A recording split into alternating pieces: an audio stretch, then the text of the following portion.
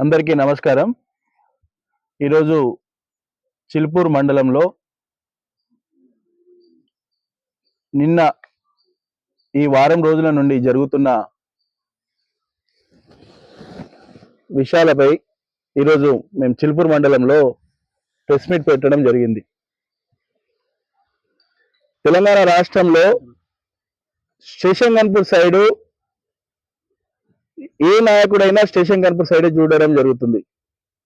ఎందుకంటే కడియం శ్రీహరి గారు తెలంగాణ రాష్ట్రంలో అన్నిటికంటే ముందుగా గులాబీ జెండా పైన గెలిచి ఇక్కడున్న ప్రజలను వెన్నుపోటు పొడిచి, అంతేకాకుండా మా ఆది నాయకుడైన కేసీఆర్ గారిని వెన్నుపోటు పొడిచి పార్టీకి రాజీనామా చేయకుండా కాంగ్రెస్ పార్టీలో చేరడం ఇది చాలా విశేషం. ఎందుకంటే మేము ఆయనను వెనుక ఉండి అందరూ కలిసికట్టుగా ఉండి మమ్మల్ని ముందు అందులో ఉంచుతాడు. మా నియోజకవర్గంలో ఏ పనులున్నా కూడా అభివృద్ధి వైపు చూపిస్తాడు, అభివృద్ధి చేస్తాడని చెప్పి మేమందరం అనుకొని ఆయనను గెలిపించడం జరిగింది. కానీ ఆయన చేసింది మాకు నమ్మక ద్రోహం. ఎందుకంటే గతంలో ఆయన 2013 ముందు తెలంగాణ ఉద్యమంలో కూడా విద్యార్థుల పైన, రాజకీయ నాయకుల పైన మేము ఉద్యమం చేస్తుంటే మాపై కేసులు పెట్టించి తెలంగాణ ద్రోహిగా ఆ రోజు పేరు పొందిండు. దాని తర్వాత కేసీఆర్ గారు తెలంగాణ రాష్ట్రం సాధించిన తర్వాత తెలంగాణ రాష్ట్రంలో ఆయన కూడా భాగస్వామ్యం కావాలని చెప్పి టీడీపీ పార్టీకి రాజీనామా చేసి తెలంగాణ జెండా పట్టుకొని మళ్ళా అప్పుడు రాగానే ఆయనకు ఎంపీ పదవి ఇవ్వడము, దాని తర్వాత డిప్యూటీ సీఎం ఇవ్వడము, 10 సంవత్సరాలు రాజభోగాలు అనుభవించి కేసీఆర్ గారికి స్టేషన్ గన్పూర్ నియోజకవర్గంలో ప్రజలకు వెన్నపోటు పొడిచి ఈరోజు కాంగ్రెస్ పార్టీలో చేరిండు. వ్యక్తిగతంగా నువ్వు ప్రజలకు అన్యాయం చేసినట్టే. ఎందుకంటే నిన్ను మేము మా భుజాలపై ఎత్తుకొని మేము రాజకీయంగా కానీ నిన్ను వ్యక్తిగతంగా కానీ మేము నిన్ను చాలా ప్రేమించినాము. నువ్వు మా పార్టీ తరఫున మా రాజాసార్కు టికెట్ రాకుండా కూడా పార్టీకి కట్టుబడి ఉండాలని చెప్పి మేమందరం ముక్తకంఠంతో నేను గెలిపించుకొని ఈరోజు తెలంగాణ రాష్ట్రంలోనే నీకు మేము మంచి మెజార్టీ ఇచ్చాము. ఈరోజు నువ్వు చేసింది అన్ని విషయాల్లో చూసుకుంటే రాజాపై వ్యక్తిగతంగా దుష్ప్రచారం చేస్తున్నావు, కక్ష సాధిస్తున్నావు. నీకేం సంబంధం? రాజా గారు చేసిన అభివృద్ధి ఈరోజు స్టేషన్ గన్పూర్ నియోజకవర్గంలో కనిపిస్తుంది. నువ్వు చేసిన అభివృద్ధి ఏంటిది? నేను అభివృద్ధి కోసం కాంగ్రెస్ పార్టీలో వెళ్ళినా అన్నావు. 6 నెలల్లో మా చిలుపూరు మండలంలో నువ్వు ప్రచారంలో ఉన్నప్పుడు 6 నెలల్లోనే ప్రతి గ్రామంలో నేను బీటీ రోడ్ వేపిస్తా అన్నావు. ఏదండి? పల్లగుట్ట క్రాస్ నుంచి మల్లనగండి వరకు 6 నెలల్లో నేను బీటీ రోడ్ వేపిస్తా అన్నావు. ఇప్పటి వరకు నువ్వు బీటీ రోడ్ వేపియలేవు. అంతేకాకుండా కొండాపూర్ దగ్గర నుండి అక్కడ బీటీ రోడ్ లోపల ఒక పల్లెకు పోవాలి, అది వేపిస్తా అన్నారు, అది కూడా వేపియలేదు. దగ్గర చూసుకుంటే నువ్వు వ్యక్తిగతంగానే నీ అనుచరులను కానీ నీతో ఉన్న నాయకులను కానీ రాజాపై వ్యక్తిగతంగా విమర్శిస్తూ వ్యక్తిగతంగా కక్ష సాధింపు చేసి ఏం చేద్దాం అనుకుంటున్నావు? నువ్వు చేయాలనుకున్నది నియోజకవర్గ స్థాయిలో ఎక్కడెక్కడ అభివృద్ధి చేయాలి ఏంటిది అనేది ఆ విధంగా నువ్వు అభివృద్ధి చేయాలి. భూముల పంచాయతీలు, ఈ పంచాయతీలు, ఆ పంచాయతీలు అని చెప్పి అందరినీ మభ్యపెట్టి నువ్వు ఆ రోజే మభ్యపెట్టి కాంగ్రెస్ పార్టీకి వెళ్ళిపోయినావు. పొద్దున 10 గంటలకు కేసీఆర్ గారితో భోజనం చేసి 4 గంటలకు కాంగ్రెస్ పార్టీకి అండ కప్పుకున్నావు. ఇది నీతి నిజాయితీ. ఇది ఈ పద్ధతి ప్రకారంగా నీతి నిజాయితీ అనేది నీ దగ్గర ఉన్నది. మా దగ్గర ఆ రోజు డాక్టర్ రాజా గారు 100 పడకల ఆసుపత్రి గన్పూర్లో 100 పడకల ఆసుపత్రి తీసుకొస్తే దానికి నువ్వు వద్దు అని చెప్పి హరీష్ రావు చెప్పి అది క్యాన్సిల్ చేయించినావు. మున్సిపాలిటీ ఓకే అయింది, పేపర్లో పడ్డది, అది కూడా క్యాన్సిల్ చేయించి నువ్వు క్యాన్సిల్ చేయించినావు.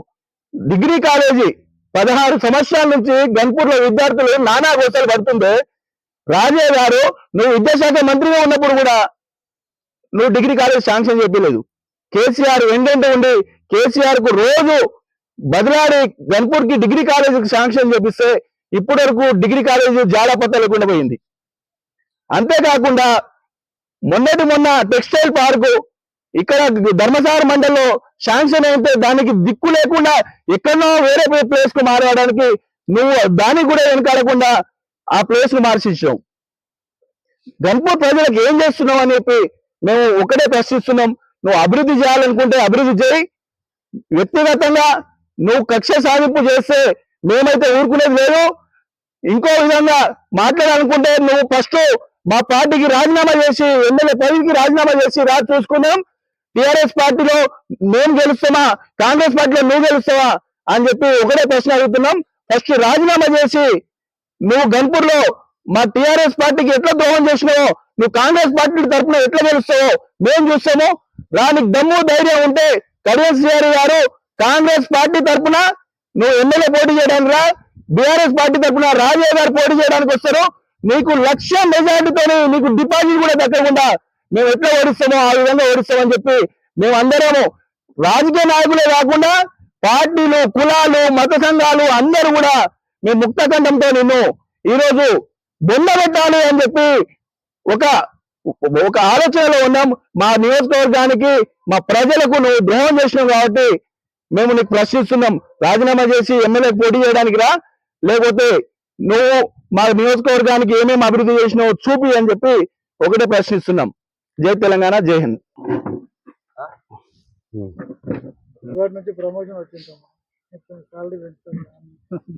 మాట్లాడతాను కదా, ఒక్క నిమిషం గట్టిగానా. అందరికీ నమస్కారం. నేను మీ Manoj Reddy, station Ghanpur constituency BRS party coordinator గా మాట్లాడుతున్నాను. అందరికీ తెలుసు, ఈ రోజు ప్రెస్ మీట్ పెట్టడానికి నాకు కూడా సిగ్గైతుంది, కొంచెం బాధగా ఉంది. రాజకీయ నాయకులు చేస్తున్న విమర్శలను చూసి, ఎందుకంటే ఇది పర్సనల్ గా విమర్శలు చేసుడు రాజకీయంలో పద్ధతి కాదు. ఈ ఆనవాయితీని, చండాలమైన ఆనవాయితీని అంటే విమర్శించుడు, రాజకీయంగా విమర్శించే లేని పక్షాన ఈ పర్సనల్ విమర్శలకు తావిస్తున్నారు. బాధగా ఉంది, సిగ్గుగా ఉంది. ఎందుకంటే ఎన్నో రోజుల నుంచి రాజయ్య గారు కడియం శ్రీహరి గారిని విమర్శిస్తున్నారు. దానికి ఒక అర్థము, ఒక మీనింగ్ ఉంది. ఎందుకంటే బీఆర్ఎస్ పార్టీలో గెలిచి ఈ రోజు కాంగ్రెస్ పార్టీకి పోయిందంటే ఇవాళ బీఆర్ఎస్ పార్టీ కార్యకర్తలు మోసం చేసినట్టే. అదేవిధంగా స్టేషన్ గన్పూర్ ప్రజలు ఎంతో నమ్మకంతో గెలిపించుకున్నారు. అంటే ఎందుకు, ఏ గుర్తు మీద గెలిచిండ్రు? కారు గుర్తు మీద బీఆర్ఎస్ పార్టీ. అదే విధంగా ప్రజలు కూడా బీఆర్ఎస్ పార్టీ దిక్కున్నారని చెప్పి కడియం శ్రీహరి గారిని గెలిపించడం జరిగింది. సరే, తీరా గెలిపించిన తర్వాత ఏం చేసిందయ్యా? ఎందుకోసం పార్టీ మారిండ్రు? అది ప్రతి ఒక్క చిన్నపిల్లగాని అడిగినా చెప్తాడు, ఒక రైతుని అడిగినా చెప్తాడు, గ్రామాలలో ఎవరిని అడిగినా వారి పార్టీ ఎందుకు మారిండ్రు అన్న దాని గురించి చెప్తారు. అది ప్రెస్ మిత్రులకు మీకు కూడా తెలుసు. బిడ్డ భవిష్యత్తు కోసం మారిండ్రు పార్టీ అన్నది మాకు తెలుసు. సరే, నియోజకవర్గ అభివృద్ధి కోసం వారు మారిండ్రు అన్నది విషయం కరెక్ట్ అయ్యేది ఉంటే ఈ రోజుకి దాదాపు కాంగ్రెస్ ప్రభుత్వం వచ్చి సంవత్సరం అయింది. సంవత్సరం నుంచి మనం గ్రామాలలో చూడొచ్చు, బీఆర్ఎస్ ప్రభుత్వం ఉన్నప్పుడు ఎంత అభివృద్ధి జరిగింది. సీసీ రోడ్లు అయినాయి, శ్మశాన వాటికలు అయినాయి, అన్ని పార్కులు అయినాయి, ఈ లేని క్రీడా ప్రాంగణం అయింది, నర్సరీ అయింది, అన్ని విధాలుగా డెవలప్మెంట్ అయిపోయింది. మరి ఇప్పుడు కాంగ్రెస్ ప్రభుత్వం వచ్చిన తర్వాత ఒక తట్టెడు మట్టి కూడా దిగలేదే. ఈ సంవత్సరం నుంచి ప్రజలు అర్థమైతలేదా? ప్రతి ఒక్కరు గమనిస్తున్నారు. ప్రతి ఒక్క ప్రజలు గ్రామాలలో ఉన్న ప్రతి ఒక్క రైతుని అడిగితే తెలుస్తుంది. ఇలా రైతు బంధు ఇయ్యలే. మీ అభివృద్ధి కోసం పార్టీ మారిన కడియం శ్రీహరి గారు, ముఖ్యమంత్రి గారు చెప్పి రైతు బంధు ఎందుకు ఇప్పిస్తలేరండి? ఇప్పటికీ 2 సార్లు రైతు బంధు తీసుకొని రైతులు ఆనందంగా ఉండేది బీఆర్ఎస్ ప్రభుత్వంలో. ఇప్పటి వరకు కాంగ్రెస్ ప్రభుత్వంలో రైతు బంధు లేదు. అంటే మీ ముఖ్యమంత్రి ఏమో అట్లున్నారు, సమస్యల మీద, రైతు బంధు మీద, ప్రజలకు ఏ విధంగా మేలు చేయాలో ఆలోచించకుండా కేటీఆర్ గారి మీద పడుతుండ్రు. ఇక్కడ మీరేం చేస్తుండ్రు? ఇన్ని రోజులు రాజయ్య గారు విమర్శించినప్పుడు దానికి ప్రతి విమర్శగా మీ స్థాయికి తగ్గట్టు మీరు విమర్శించాలి. ఇవాళేంది వానర సైన్యం తగ్గట్టు ఇలా కాంగ్రెస్ పార్టీ వాళ్ళందరితోటి ప్రెస్ మీట్లు పెట్టించి ప్రతి మండలానికి మీ ఆదేశం లేని ఎవరు ప్రెస్ మీట్ పెట్టరు. ఎందుకంటే కాంగ్రెస్ పార్టీ మీద నోన్ చేసుకోలే. వాళ్ళు ఏ విధంగా మీకు దగ్గర అవుతారు? మేము గెలిపించుకున్నాం, బీఆర్ఎస్ కార్యకర్తలను గెలిపించుకున్నాం, బీఆర్ఎస్ నాయకులను గెలిపించుకున్నాం. మీరు వచ్చి ఇలా మొన్నటిదాకా అదే మీ ప్రెస్ మీట్ పెట్టిన వాళ్ళందరూ కడియం శ్రీహరి గారిని విమర్శించిన వాళ్ళనే ఈ రోజు ఒక్కొక్కరు పొగుడుతుంటే విడ్డూరంగా అనిపిస్తుంది. ఇది ఎక్కడి కథ? ఇప్పుడు ఆయన గురించి ఎలక్షన్ కాకముందే ఈయన మా పార్టీలోకి వస్తాడని చెప్పి అక్కడ ఉన్న ప్రెస్ మీట్ లో పెట్టిన నాయకులందరికీ తెలుసు. సరే, విమర్శన ఇస్తే ఎట్లా విమర్శించాలని మీ వాళ్ళకి కొంచెం ట్రైనింగ్ ఇవ్వండి. ట్రైనింగ్ ఇవ్వకుండా మీరు ఏది పడితే అది ఏది రాసలీలలో రాజయ్య అని ఒకడంటాడు. అది ప్రెస్ మీట్ లో మాట్లాడాల్సిన మాటలేనండి. ఒకటి ఎవడో బయట యూట్యూబ్ ఛానల్లో వాళ్ళు వీళ్ళు పెట్టుకున్నారు మాట్లాడినంటే ఒక పద్ధతి ఉంది. అంటే మేము అనొచ్చా? ఏది ఇప్పుడు కడియం శ్రీహరి గారిని మేము రాసలీలలో రాజయ్య అని మా వారిని మా లీడర్ను మీరు అన్నప్పుడు కామాంధుడు కడియం శ్రీహరి అని మేము అనొచ్చా?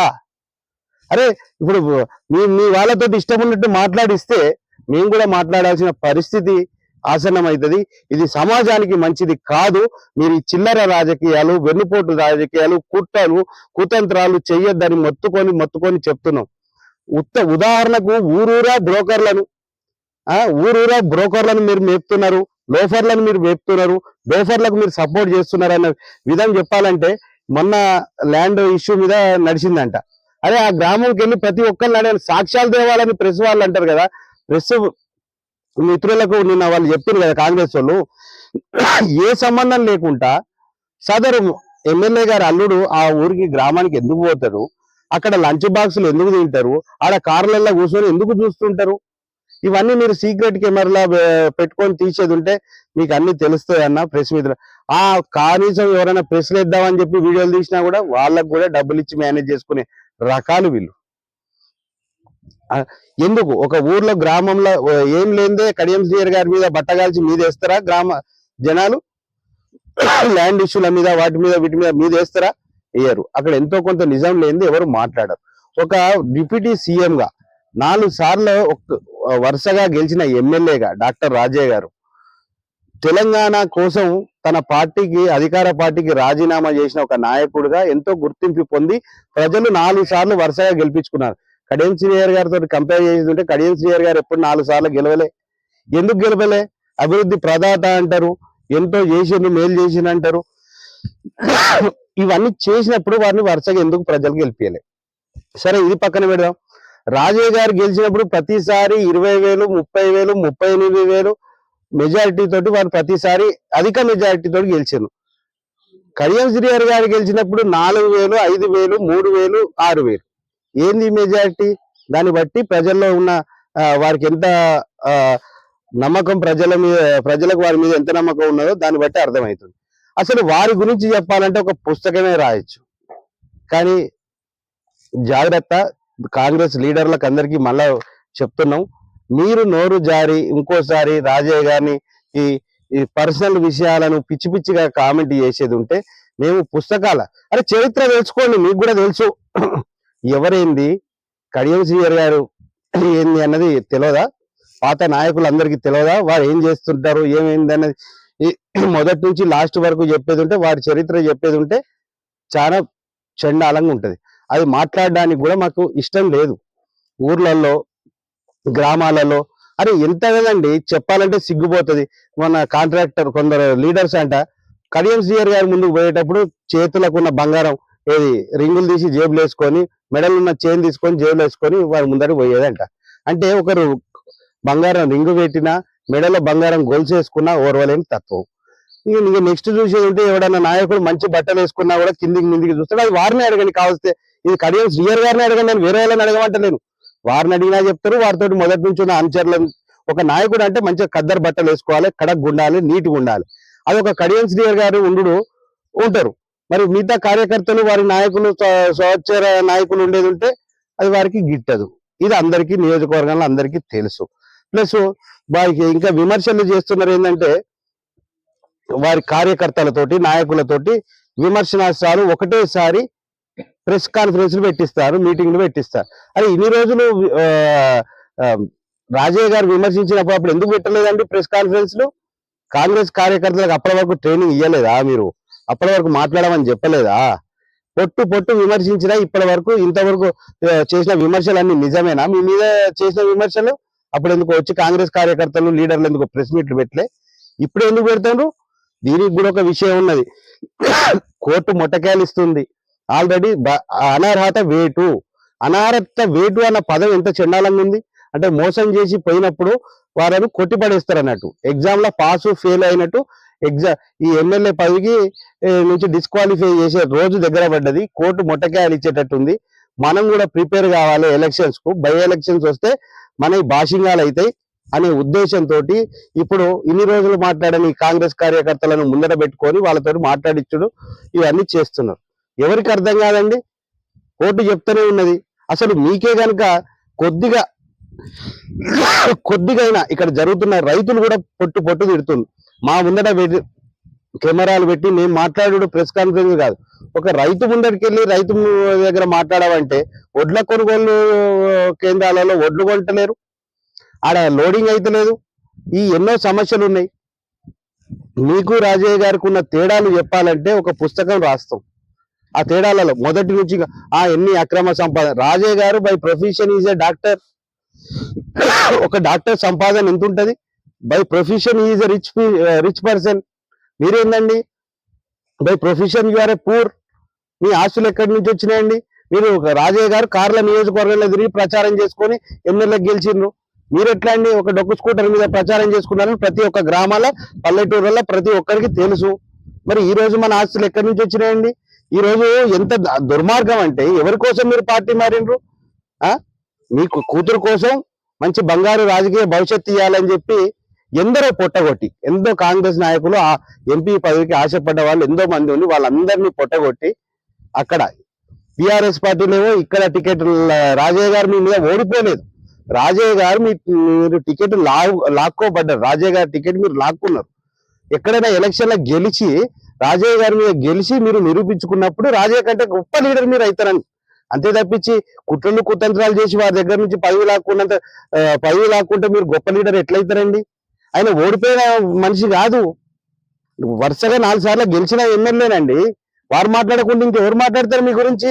వారు మాట్లాడగానే మీరు ప్రెస్ మీట్ పెట్టి మీరు సమాధానం చెప్పొచ్చు కదా. నేను ఉత్తముణ్ణి, నా కొడుకు నా అల్లుడు ఉత్తముడు, ఇక్కడ ఫ్రాడింగ్ చేయలేదు, అక్కడ ఇది చేయలేదు, ఈ భూదందాలలో మేము ఇన్వాల్వ్ అవుతలేము, పోలీస్ ట్రాన్స్ఫర్ లో మా అల్లుడు ఇన్వాల్వ్ అవుతలేడు, మా అల్లుడికి ఏం బిజినెస్ లేదు, మా అల్లుడు డాక్టర్ కాబట్టి ప్రొఫెషన్ అదే పెట్టుకుంటాడు. ఎవరైనా డాక్టర్ ప్రొఫెషన్ సక్సెస్ఫుల్ మెన్ ఒక డాక్టర్ గా ఉన్నప్పుడు డాక్టర్ ప్రొఫెషన్ నడిపించుకోవాలి కదా. ఇవాళ సిమెంట్ కాంట్రాక్ట్లు ఇవాళ ఎవరికి వస్తున్నాయండి బిల్స్? అందరి కాంట్రాక్టర్లు గ్రామాలలో ప్రతి ఒక్క సర్పంచ్, ఎంపీటీసీలు, నాయకులు రోడ్లు పోసిండ్రు, ఎన్నో పనులు చేసిండ్రు, బిల్స్ రాలే. ఇవాళ మీ బినామీ కంపెనీలకు, మీ అల్లుడి కంపెనీలకు ఇవాళ బిల్స్ 10 రోజులలో బిల్స్ వస్తున్నాయంట. గోసపడుతున్నారు కాంట్రాక్టర్లు. అంటే రాజకీయంగా అందరినీ హింసపెట్టిన కుటుంబం, రాజకీయంగా పదవులు లాక్కునే కుటుంబం. ఇవాళ కాంట్రాక్టర్లకు రావాల్సిన బిల్లన్నీ ఒకటే కంపెనీ ఇక రోడ్లు పోసి ఒక్కొక్కటి సంవత్సరాల నుంచి బిల్స్ రాకుంటే మీ బిల్లు ఏందండి? అవి అన్ని ప్రూఫ్సే ఉంటాయి, ఆన్లైన్ రికార్డే ఉంటది. బిల్లు ఇట్లా చేయంగానే 10 రోజులల్లో బిల్లు పడుడు, మా అంటే 1 నెల రోజులు కూడా ఆగలేదు. ఇట్లా చేయంగానే ఇట్లా బిల్లు పడుడు. ఒక్కొక్క కాంట్రాక్టర్ ఏమో సంవత్సరాల నుంచి బిల్స్ కోసం వెయిట్ చేసి దివాలు తీస్తా అంటే, ఇక్కడ ఏమో ఏం లేనోడు టక్క టక్క టక్క టక్క టక్క టక్క టక్క టక్క బిల్డింగ్ల మీద బిల్డింగ్లు, ఆస్తుల మీద ఆస్తులు సంపాదించుకుంటారు. ఇంకోటి రాజయ్య గారి మీద ఇవి తీసుకున్నావు, అవి తీసుకున్నావు, ఇవి తీసుకున్నావు అని ఆరోపణలు చేస్తుంది. ఓకే, రాజయ్య గారు శ్రీరామచంద్రుడు అంటలేం మేము. రాజయ్య గారు రావణుడైతే కాదు, రాజయ్య గారు ఎవరిని హింస పెట్టారు. మళ్ళా చెప్తున్నా, రాజయ్య గారు శ్రీరామచంద్రుడు కాకపోవచ్చు, కానీ రాజయ్య గారు రావణుడు కాదు. కనీసం వీరు రావణుడితో పోల్చినా కూడా రావణుడు అన్న కొన్ని మంచి గుణాలు ఉన్నాయి. సీతను తీసుకుపోయి అక్కడ లంకలో పెట్టినప్పుడు ఆమె పర్మిషన్ లేదు, టచ్ కూడా చేయలేదంట. ఒక మహానుభావుడే రావణుడు కూడా. కానీ మీరు అంతకంటే ఘోరంగా తన పిల్లలు అంటే కాంగ్రెస్ పార్టీలో చేరి కాంగ్రెస్ పార్టీ కార్యకర్తల్ని హింస పెడుతున్నారు. వారి మీద జాఫర్ గట్ల కేసులు పెట్టిస్తున్నారు. వారు ఎంతో గోసపడి మా టీవీ ఛానళ్ళకు కూడా ఫోన్ చేయడం జరుగుతుంది. ఇవాళ ఇందిరా గారి పరిస్థితి ఏందండి? మీరు వచ్చిండ్రు, ఇందిరా గారిని రావద్దు ఇక్కడికి రానియకుండా కుట్రలు చేస్తున్నారు, హైకమాండ్ చెప్తున్నారు, ముఖ్యమంత్రి రేవంత్ రెడ్డి గారికి చెప్పి ఇటు రానియకుండా చేస్తున్నారు. అంటే ఇది ఎంత దౌర్భాగ్యం అండి? రేపు వచ్చే ఎలక్షన్ లో మీ బిడ్డకు స్టేషన్ గన్పూర్ అప్పచెప్పాలనే ఆలోచనతోటే కదా మీరు ఇవన్నీ చేసేది. అరే 10 సంవత్సరాల నుంచి కష్టపడ్డ కాంగ్రెస్ కార్యకర్తలు ఎటుపోయినరు? 10 సంవత్సరాల నుంచి కష్టపడి పార్టీని కాపాడి ఖర్చులు పెట్టుకున్న ఇందిరా గారు ఎటుపోయినరు? ఇలా వాళ్ళ గౌరవం ఇవ్వాలి కదా. పోనీ అవన్నీ వదిలేయండి. ఎక్కడైనా కూడా ప్రజలకు ఏమైనా ఆపద సంపద, ఏ ట్యాబ్లెట్ కూడా ఒక ఎక్స్పైరీ డేట్ ఉంటుంది అన్న, ఒక ట్యాబ్లెట్ కూడా ఎక్స్పైరీ డేట్ ఉంటుంది. ఈ రాజకీయ నాయకులకు ఎక్స్పైరీ లేదా? అంటే ఒకసారి పుట్టినప్పటి నుంచి సచ్చేదాకా మేమే ఉండాలి గద్దె మీద. ఇది ఎక్కడి నుంచి? ఒక్కసారి నేను సర్పంచ్ అయినా, విజ్ఞాత గంలోని, ఎడ్యుకేటెడ్, అన్ని అర్హతలు ఉన్నాయి. అయినప్పుడు కూడా ఒక్కసారి మనం పదవి చేసినాం కదా, ఇంకోసారి అవసరం లేదు, ఈ పదవి ఇంకోరికి ఇద్దాం, అవకాశం ఇంకోరికి ఇద్దాం అన్న ఆలోచన ఉన్నది. ఇన్ని సంవత్సరాల నుంచి కాన్స్టిట్యున్సీని పట్టుకొని ఎందుకు ఇట్లా ఇట్లా ఆ ఆలోచన ఎందుకు మీకు? ఇంకా ఇన్ని సంవత్సరాలు మేము తప్పించి ఇంకో దళితుడు లేడా? ఇంకో దళితుని ఎంకరేజ్ చెయ్యరా? అసలు ఒక్క కార్యకర్తనైనా నాయకుడిని తయారు చేసిండ్రా? ఎవడు ఇప్పుడు ఒక గ్రామంలో ఉన్న కార్యకర్త గ్రామం దాటడు, మండలంలో ఉన్న లీడరు మండలి దాటొద్దు, నియోజకవర్గంలో ఉన్న నాయకుడు జిల్లా దాటొద్దు. అరే ఇదెక్కడి పరిస్థితి? పోనీ అభివృద్ధి కావాలంటే ఒక బయటి మంత్రులు మన కాన్స్టిట్యున్సీకి రావాలి, బయటి మంత్రులను వీళ్ళని గౌరవించుకోవాలి, ఇన్వైట్ చేసుకోవాలి. మీరు ఒక బయట నుంచి ఒక మంత్రి వస్తా అంటే మన శ్రీపతిపల్లిలో చూసినాం, రావద్దని చెప్తారు. అంటే ఇది ఎక్కడి కల్చర్ అండి? అంటే మీరు తప్పించి ఇక ఎవరు కింద ఉండొద్దు, కింద ఎవడెదగొద్దు, పైన ఎవడు ఇక్కడికి రావద్దు. నేనే రాజు, నేనే మంత్రిగా ఈ సంద్రంగా మారింది స్టేషన్ గన్పూర్. ఒక మంత్రి వస్తున్నాం, పక్క కాన్స్టిట్యున్సీలు చూస్తలేమా అండి? అంటే కన్నుండి కబోదులమైనవా? ఇలా హన్మకొండ కాన్స్టిట్యున్సీకి ఒక మంత్రి అందరు మంత్రులను పిలుచుకుంటాడు, ఆయన నిధులు తెచ్చుకుంటాడు. నాయన రాజేందర్ రెడ్డి వర్ధనపేట నియోజకవర్గానికి అందరు మంత్రులను పిలుచుకుంటాడు, నిధులు తెచ్చుకుంటాడు ఎంతో కొంత. అదే అక్కడ పాలకుర్తి నియోజకవర్గం అట్టనే ఉన్నది. అరే ఈ గన్పూర్ కాన్స్టిట్యున్సీకి దరిద్రం ఏందండి? నేను తప్పించి ఇంకోటి రావద్దు, నేను తప్పించి ఇక్కడ హీరో ఎవడు కావద్దు. సరే సొంత పరిచయం నుండి మేము పిలుచుకున్నామన్నా కూడా మీ ఆటంకాలు ఏంది? మేము అదర్ పార్టీ బీఆర్ఎస్ పార్టీ కళాఖండిగా చెప్తున్నాం. అరే పనులు ఉన్నప్పుడు కాంగ్రెస్ నాయకులకు పరిచయాలు ఉంటాయి, బంధాలు ఉంటాయి, రిలేషన్స్ ఉంటాయి, ఫ్రెండ్షిప్ ఉంటది. వాళ్ళ నుంచి మా గ్రామానికి ఏదైనా అభివృద్ధి తెద్దామనుకుంటున్నాం. ఇలా 100% చెప్తున్నాం. ఇలా బీఆర్ఎస్ పార్టీలు ఉన్నా కూడా సత్తా ఉన్న నాయకులు కాంగ్రెస్ పార్టీని అడిగి రిక్వెస్ట్ చేసి అవసరం ఉంటే మెడల్ ఉంచైనా ఈ గ్రామాన్ని డెవలప్ చేసుకుంటాం, మా మండలాన్ని డెవలప్ చేసుకునే సత్తా ఉంది. అయినా కానీ ఇక్కడ అడ్డుపడే నాయకుడు ఉన్నాడు కాబట్టి ఏం చేయలేం. ఒక రాజయ్య గారు 100 పడకల హాస్పిటల్ తెచ్చినప్పుడు అడ్డుపడ్డారు, ప్రతి పనికి పార్కులు తెస్తే అడ్డుపడతారు, మున్సిపాలిటీని అడ్డుపడ్డారు. ఇవన్నీ నిజాలు కావా? మేము మీ పక్కన లేవా? అప్పుడు బ్లాక్ మెయిల్ చేసి ఎమ్మెల్సీ పదవులు తెచ్చుకున్నప్పుడు మేము మీ పక్కన లేవా? అరే తప్పు చేసింది ప్రభుత్వం, తప్పు చేసింది, అప్పుడు అడగాల్సిన దమ్ము ఉండాలి కదా. మీరు ఒక సీనియర్ నాయకుడు, సీనియర్ మంత్రి, డిప్యూటీ సీఎం కదా. మరి ఒక మనోజ్ రెడ్డి అడిగింది కదా, బీఆర్ఎస్ పార్టీలో ఏమైనా అక్కడక్కడ 100 పనులు చేసినప్పుడు చిన్న చిన్న తప్పులు ఉంటాయి, అది కూడా మా అధినాయకునికి తెలవాలి కేసీఆర్ గారికి అన్నట్టు. అప్పుడు కూడా మేము పోలీస్ స్టేషన్ దగ్గర, ఎంఆర్ ఆఫీస్ దగ్గర ధర్నాలు చేసినాం. రాజయ్య గారిని కూడా తీసుకుపోయి పోలీస్ స్టేషన్ అన్యాయం జరుగుతుంది, ఇట్లా జరుగుతుందని తీసుకెళ్తే వారు కూడా వచ్చి రావడం జరిగింది, వారు కూడా వచ్చి స్పందించడం జరిగింది. ఇది స్వపక్షమా ప్రతిపక్షమా కాదు, ప్రజల పక్షం నుండి పోరాడండి, మంచి చేయండి. ఒక చెడ్డోడు వచ్చి మన పక్కన, లంగోడు వచ్చి మన పక్కన కూర్చున్నంత మాత్రాన వాడు పునీతుడు కాదు. ఇది మాత్రం గుర్తుపెట్టుకోండి. మీ పక్కన ఎట్లున్నారంటే కాంగ్రెస్ పార్టీలు ఇప్పటికే ఏమున్నదండి, బందిపోట్లు పడ్డారు కాంగ్రెస్ పార్టీలా. బందిపోట్లే నేను చెప్తున్నా, బందిపోట్లు దొంగలు పడ్డట్టు కాంగ్రెస్ పార్టీలో పడ్డారు. ఇక పదవులు వచ్చినాయట కాంగ్రెస్ పార్టీలో, ఇందిరాగారి గారి మనుషులకే పదవులు వచ్చినా, ఇందిరాగారితో ఉండి కడియం శ్రీహరి గారికి కోవట్టుగా ఉన్న వారికి మాత్రమే పదవులు వచ్చినాయి. ఇలా పదవిలో కూర్చున్న నాయకుడిని అడగండి, ప్రెస్ మిత్రులకు మీకు కూడా చెప్పుంటాడు. కడియం శ్రీహరి గారు ముందే మా పార్టీలకు వస్తారని చెప్పి వాళ్ళకి తెలుసు. ఇదంతా ఇది ఒక ఫిక్సింగ్ జరిగింది. ఇంకొక విషయం, రాజయ్య గారు కాంగ్రెస్ పార్టీకి వస్తానంటే ఎవరు తీసుకోలేదని. అరే ఒక బస్ ఎక్కేటప్పుడే బస్సులో ఖర్చు వేసుకున్నాడంటే వేరే వాడు వచ్చి కూర్చుంటే నేను ఖర్చు వేసుకున్నా అని కొట్లాడతాడు. ఈ కడియం శ్రీహరి గారు ఆల్రెడీ ఎమ్మెల్యేగా గెలిచి బీఆర్ఎస్ పార్టీ నుంచి, ఎందుకంటే స్టేషన్ గన్పూర్ లో కాంగ్రెస్ పార్టీ నుంచి గెలవలేమనే ఆలోచనతో గెలిచిన తర్వాత ఏం చేసిండబ్బా, కాంగ్రెస్ పార్టీ బస్సులో ఖర్చు వేసుకొని కూర్చున్నాడు. ఇక రాజయ్య గారు పోతే అక్కడ సీట్ ఎక్కడిది? రాజయ్య గారిని ఆహ్వానించిండు కొందరు నాయకులు కాంగ్రెస్ వాళ్ళు, కానీ అసలు నాయకుడు ఎవరు? రేవంత్ రెడ్డి దగ్గర ఖర్చు వేసుకొని ఫిక్సింగ్ పెట్టుకున్నారు ముందే. ఈ అందరు నాయకులు, రాజన్న ఒక తెలంగాణ ఉద్యమకారుడు, పార్టీ తెలంగాణ కోసం ఆయన పార్టీని వదిలిపెట్టి పోయిండు అని చెప్పి ఎంతో మంది మంత్రులు, ఎమ్మెల్యే ఫోన్ చేసుడు ఇవన్నీ జరిగినాయి. జరిగితే ఏంది, అసలు కుర్రం ఎక్కడొచ్చింది?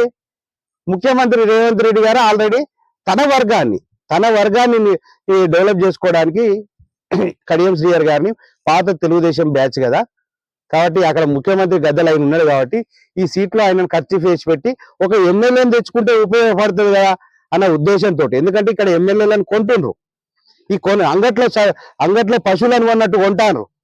అరే అమ్ముడు పోయిండు రాజయ్య గారు ఈ సీట్ అమ్ముకున్నారు ఆ సీట్ అమ్ముకున్నారు ఏందే నేను కాంగ్రెస్ కార్యకర్తలకు చెప్తున్నా, నాయకులకు చెప్తున్నా, అరే మీ సారు అమ్ముడు పోయిందయ్యా, ఇక్కడ మా సారు అమ్ముడు పోయి ఈ సీట్ అమ్ముకున్నారు ఆ సీట్ అమ్ముకున్నారా అంటారు కదా, ఇక్కడ మా సారు అమ్ముడు పోయి మీకు మీ పార్టీకి వచ్చిండు, అది గుర్తుపెట్టుకోండి.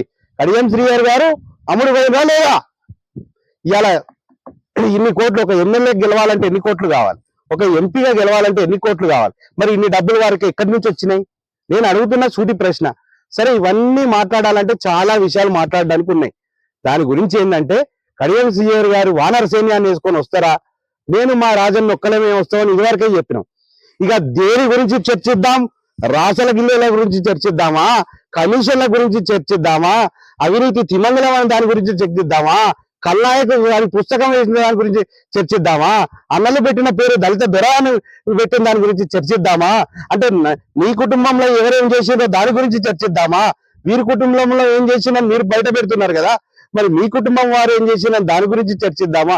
ఇవన్నీ చర్చలు ప్రముఖంగా అందరు కార్యకర్తలను పెట్టి మీటింగ్ పెట్టి ఇవాళ ఎట్లయిపోయిందంటే సమాజంలో 100 మంది ఎక్కడ ఒక దిక్కుంటే ఒకడు అమ్మాయికుడు బక్కోడు కొంచెం తెలియలేని వాళ్ళు ఒకడు ఉంటే న్యాయం వీని పక్కనున్నా కూడా ఈ 100 మందికి న్యాయం చేసేటట్టు ఉన్నది.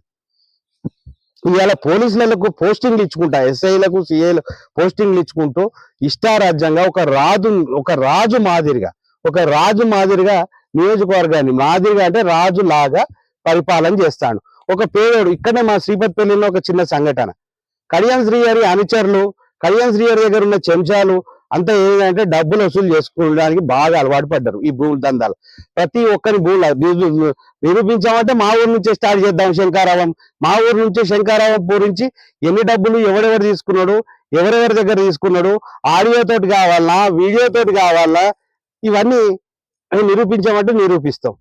నిరూపించుకొని పేదవాళ్ళు ఇద్దరు రైతులు, సామాన్య రైతులన్నా ఇద్దరు రైతులు గెట్టు పంచాయతీ అయితే ఒక ఎస్ఐ వస్తారు, ఆయన ఎస్ఐ గారు వచ్చి ఎస్ఐ గారిని పంపిస్తారు. అరే ఇద్దరు రైతులకు న్యాయం చేయాల్సింది పోయి ఒక రైతుకు న్యాయం చేస్తాడు, ఒక రైతుకు అన్యాయం చేస్తారు. ఇది ఎక్కడ పోయే కాలం రా అని మేము అడిగితే స్పందించరు. దీన్ని ఆధారాలతోటి రుజువులతోటి సహా నిరూపించగలుగుతాం. ఇట్లాంటి పరిస్థితి అంటే చెప్పాలనుకుంటే ఇవాళ ప్రెస్ మీట్ సరిపోదు. ఒక ఎపిసోడ్లు టీవీలలో నెట్ఫ్లిక్స్ లా దాంట్లో వస్తే చూసినా అట్లా ఒక ఎపిసోడ్ పెట్టి ఒక ఎపిసోడ్ కి ఏమో పేరు ఏమని పెడతాం, కల్నాయక్ అని పెట్టాలి. ఇంకొక ఎపిసోడ్ కి దళిత దొర అని ఒక ఎపిసోడ్ తీయాలి. ఇంకో దానికి ఏం చేస్తాం, అవినీతి తిమంగళం అని ఒక ఎపిసోడ్ తీయాలి. అంటే 7-8 ఎపిసోడ్లు ఒక 10 ఎపిసోడ్లు అయితే కావచ్చు అన్న. అన్ని ఎపిసోడ్లలో సినిమా తీయచ్చు. ఒక ప్రెస్ మీట్ లా గంట సేపులో అయిపోయే టైం కాదు ఇది. ఇట్లా డిస్కస్ చేసుకుంటూ పోతే ఒక పుస్తకమే రాసిన నిన్న, difference between Rajaiah and Kadiyam Srihari గారు అంటే పుస్తకం రాసిన. ఎందుకంటే వీరితో పని చేసిన అనుభవం ఉన్నది, వారితో పని చేసిన అనుభవం ఉన్నది. తెల్ల చొక్కా వేస్తే ఎవరు, బంగారం ఉంగరం పెట్టుకుంటే ఎవరు, పక్కన కార్యకర్తలు ఈ నాయకుడు ఇట్లున్నాడు అనుకోండి, ఈ నాయకునికి ఎవరన్నా వచ్చి విలువ ఇచ్చింది అనుకోండి, అది కూడా ఆయనకు నచ్చదు. అరే ఎట్లుంటాను రయ్యా, పాపం బాధ అవుతుంది ఇలా మాకు. ఒకవేళ ఆయన పోయినందుకు ఒక విధంగా సంతోషం అవుతుంది, ఒక విధంగా అయ్యా మేము ఓట్లేసి మోసపోయినామని మా మీద మాకే బాధ అవుతుంది. ఈ స్టేషన్ కనుక ప్రజలకు కూడా బాధ అవుతుంది. అరే మీరు అడగండి, ప్రెస్ మిత్రులు మీరే అడగండి అన్న. ఇంత సార్ మీరు ఒక స్కూటర్ మీద వచ్చింది కదా ఎమ్మెల్యేగా, ఈ రోజు మీకు ఇంద్రభవనం లాంటి ఇల్లు ఎట్లా వచ్చింది సార్?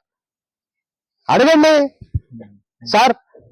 ఇవాళ మనకి ఇక్కడనే రాంపూర్ లా మన అల్లుడు గారు పెద్ద డాక్టర్ చేసింది డాక్టర్ ప్రొఫెషన్ చేసి సంపాదించింది లేదు, ఒక ప్రైవేట్ హాస్పిటల్ పెట్టింది లేదు, ఒక క్లినిక్ పెట్టింది లేదు. సార్ అల్లుడు గారు ఎందుకు ఇట్లా సంపాదించిండ్రు, ఇవాళ సిమెంట్ మిక్సింగ్ ప్లాంట్ ఎట్లా పెట్టింది సార్ అని అడగండి అన్న. మేమెందుకు అడగాలి? ప్రశ్నించిన గొంతే ప్రెస్. ఇవాళ ఎండగట్టండి. ఇప్పుడు కడియం శ్రీహరి గారిని కడిగే అవకాశం ప్రెస్ కు ఉన్నది. సరే ప్రతిపక్షం వాడంటే ఏదో పడకుంటే ఏదో మాట్లాడింది కావచ్చు అనుకున్నాం. ప్రెస్ ఈ సమాధానాలు అడిగితే అబద్ధాలు చెప్పేటోళ్ళకి ఏం సమాధానం? ఆ ఏబిఎన్ ఛానల్లో ఇంటర్వ్యూకి పోయి నేను పార్టీని మారను, నాకు అవకాశం ఎందుకండి, నేను పార్టీలు మారే అవకాశం ఎందుకు అని చెప్పాను. అరే ప్రెస్ ముఖంగా కూడా అబద్ధాలు ఆడేటోళ్ళతోటి ఏం మాట్లాడతామండి? ఎవడన్నా ఇట్లా మాలాంటి తెలియకల్లోడు ఓ సర్పంచ్ గానో ఒక కాన్స్టిట్యున్సీ ఇన్ఛార్జ్ గానో మేము మాట్లాడితే మా స్థాయి అంటారు. మరి ఇలా ఏ స్థాయి ఉన్నదని చెప్పి ఇలా కాన్స్టిట్యున్సీలో ఒక్కడు కూడా ప్రజాప్రతినిధి కానోళ్ళు మాట్లాడుతుంటే వాళ్ళ కానోళ్ళందరూ రాజయ్య గారిని విమర్శించే వల్ల ఎందుకు మాట్లాడమన్నారండి ప్రెస్ మీట్ మీరు? రాజయ్య గారి స్థాయి అండి వాళ్ళు మాట్లాడేటోళ్ళందరిది. కళ్యాణ్ శ్రీహరి గారు చెప్పండి.